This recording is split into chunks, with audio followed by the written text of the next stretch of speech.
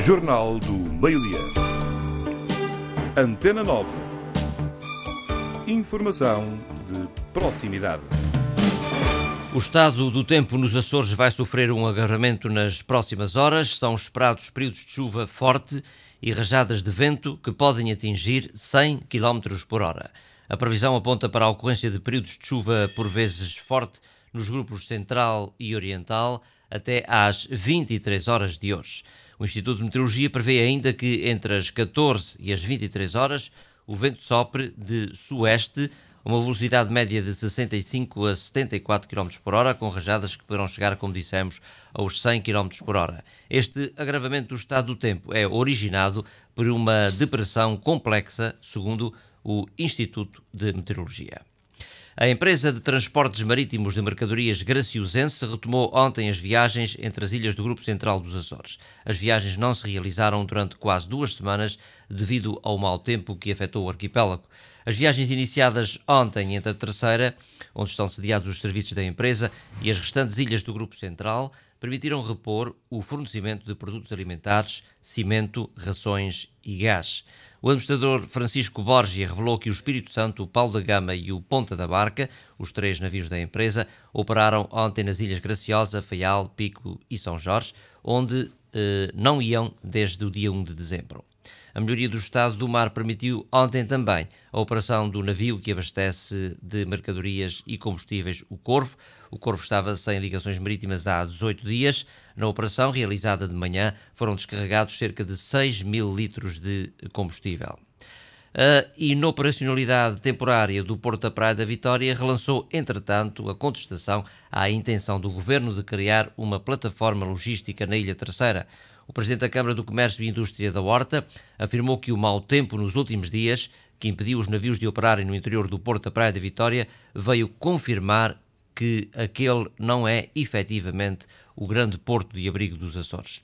Para Ângelo Duarte, esta infraestrutura portuária está longe de ser um porto abrigado. Durante o período em que o Porto da Praia da Vitória esteve inoperacional, outros portos dos Açores, incluindo o da Horta, estiveram a funcionar normalmente, recebendo navios de mercadorias vindos do continente, lembrou Ângelo Duarte. O concurso para a construção dos 2 navios que vão operar no Triângulo recebeu 4 propostas de estaleiros de Espanha, Portugal e Holanda, revelou a Atlantic Line. O júri do concurso tem agora um prazo de 60 dias para apreciar as candidaturas e convidar as empresas que satisfaçam os requisitos exigidos a apresentarem as suas propostas técnicas e financeiras. As novas técnicas de combate às térmitas, testadas em Angra do Heroísmo, obtiveram resultados positivos. Estas técnicas foram postas em prática nos últimos 2 meses por empresas dos Estados Unidos da América e da Áustria. Para Paulo Borges, Universidade dos Açores, os resultados apresentados são o culminar de ações desenvolvidas ao longo de 8 anos. O resultado é 100% de mortalidade das térmitas. Jorge Miranda considera manifestamente inconstitucional a decisão do Governo Regional de compensar alguns funcionários públicos nos Açores pelos cortes salariais decididos pelo Governo da República. A decisão viola os princípios constitucionais fundamentais da igualdade e solidariedade, diz o constitucionalista. Miranda defende que a Constituição exige que as pessoas que estejam em situação idêntica tenham um tratamento idêntico.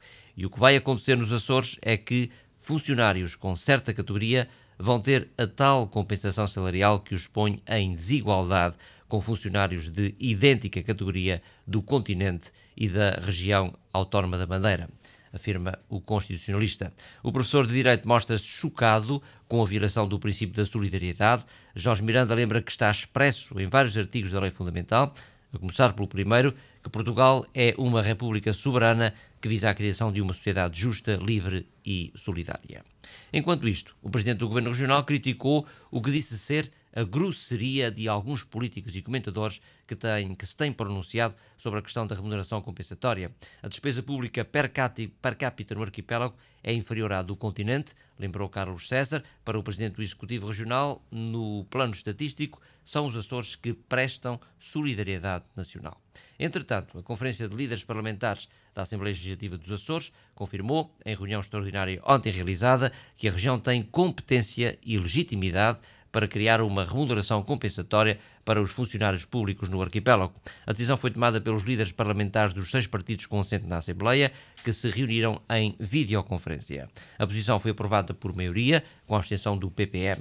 O PSD não tomou posição por entender que o tema ultrapassa a competência da Conferência de Líderes. Antes da reunião, os social-democratas acusaram o PS de tentativa de instrumentalização da Assembleia. Para o PSD, a convocação de uma Conferência de Líderes parlamentares sobre a remuneração compensatória teve apenas o objetivo de servir os interesses dos socialistas e do presidente do Executivo. O Partido Comunista apresentou na Assembleia Legislativa dos Açores uma proposta para o estabelecimento das regras de realização de referendos regionais. Segundo o projeto, os referendos poderão ser promovidos por decisão do Parlamento. Ao contrário do que acontece com os referendos nacionais e de caráter local, está ainda por elaborar a lei orgânica que permita tornar uma realidade a promoção deste tipo de consultas ao nível regional, aberta pela revisão constitucional de 1997, afirmou o deputado Aníbal Pires. Para o líder comunista açoriano, no contexto atual, em que há um conjunto de ataques à autonomia, nomeadamente por parte do PSD, que procura denegrir as competências autonómicas, o PCP procura contribuir para o seu aprofundamento. A Polícia Judiciária anunciou a detenção de um indivíduo que transportava haxixe suficiente para preparar 125 doses individuais. Tratou-se de um passageiro que viajava de Lisboa e que chegou ao aeroporto de João Paulo II, em Ponta Delgada. O detido é um homem de 26 anos, natural e residente da Ilha de São Miguel. A droga que transportava tinha um elevado grau de pureza, segundo a Polícia Judiciária. O primeiro faialense e açoriano a participar numa competição equestre internacional, no escalão de juniores, conseguiu subir ao pódio nas 3 provas em que participou. Trata-se de Gonçalo Rosa, da Associação Hípica Faialense, que de sexta-feira a domingo tomou parte na 7ª Taça Ibérica de Dressage, realizada no continente. O cavaleiro saiu-se bem e o seu treinador está naturalmente satisfeito. O balanço foi muito positivo, quer dizer, foi uma participação em que a gente conseguiu no Internacional os 3 dias seguidos o pódio. No primeiro dia ele conseguiu um 2º lugar e nos outros 2 dias um 3º lugar. Mas foi sempre muito perto dos outros, nunca nos afastamos muito. O que é sempre prestigiante para nós, não é? Porque é uma competição internacional e é julgada por juízes internacionais. Por isso é sempre bom ouvir a opinião deles e ver que o nosso trabalho que a gente está a fazer está a ser um trabalho correto, não é? Palavras de Paulo Castro, monitor de equitação do Centro Hípico do Capelo e treinador de Gonçalo Rosa.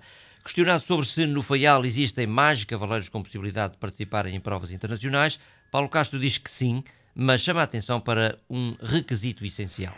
Possibilidade e qualidade de cavaleiros há. Agora, para entrar em grandes corridas precisamos de grandes carros. Acontece a mesma coisa com os cavalos. Para entrar em competições desse nível é preciso ter cavalos. É preciso ter cavalos de qualidade.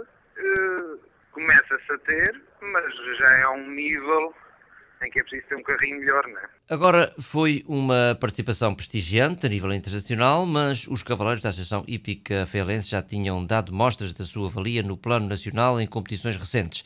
No entanto, o óbice da insularidade é difícil de vencer e os açorianos estão sempre em desvantagem em relação aos adversários continentais. Paulo Castro diz que o mar é difícil de vencer. É um grande problema para a equitação. É um grande problema. Por exemplo, e a gente falando já mais ao alto nível, não é? As pessoas queixam-se, por exemplo, os Jogos Equestres Mundiais foi em Estados Unidos este ano. E as pessoas queixavam-se que era uma viagem muito grande, que os cavalos iam de avião e tinham 7 horas de voo. Os nossos têm que estar 4 até 5 dias dentro de um barco. Se eles queixavam-se que eles ficavam 7 horas, a gente então, os cavalos chegam um bocadinho amassados. É um bocadinho complicado a gente conseguir competir, depois é muitas horas de barco e depois para a recuperação do cavalo tem que ser uma recuperação longa. É o nosso calcanhar daqueles, é o mar.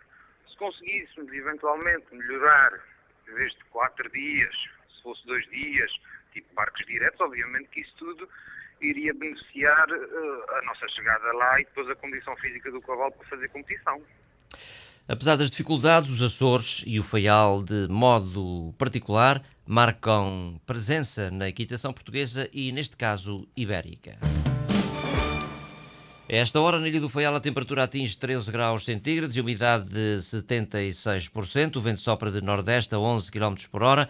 O céu está encoberto sobre a cidade da Horta e há pouco caíram alguns pingos de chuva. Para amanhã, para o grupo central do arquipélago, está previsto céu geralmente muito nublado, períodos de chuva, por vezes forte, vento do quadrante sul, bonançoso, 10 a 20 km por hora, rodando para leste e tornando-se forte, 50 a 65 km por hora, com rajadas até 90, mar de pequena vaga, tornando-se alturoso e ondas norte de 3 metros, passando a nordeste e aumentando para 4 metros. Temperaturas previstas para a Horta, mínima 13 graus centígrados, máxima 16 e água do mar 17.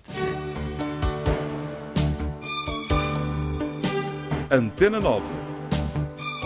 Informação de proximidade.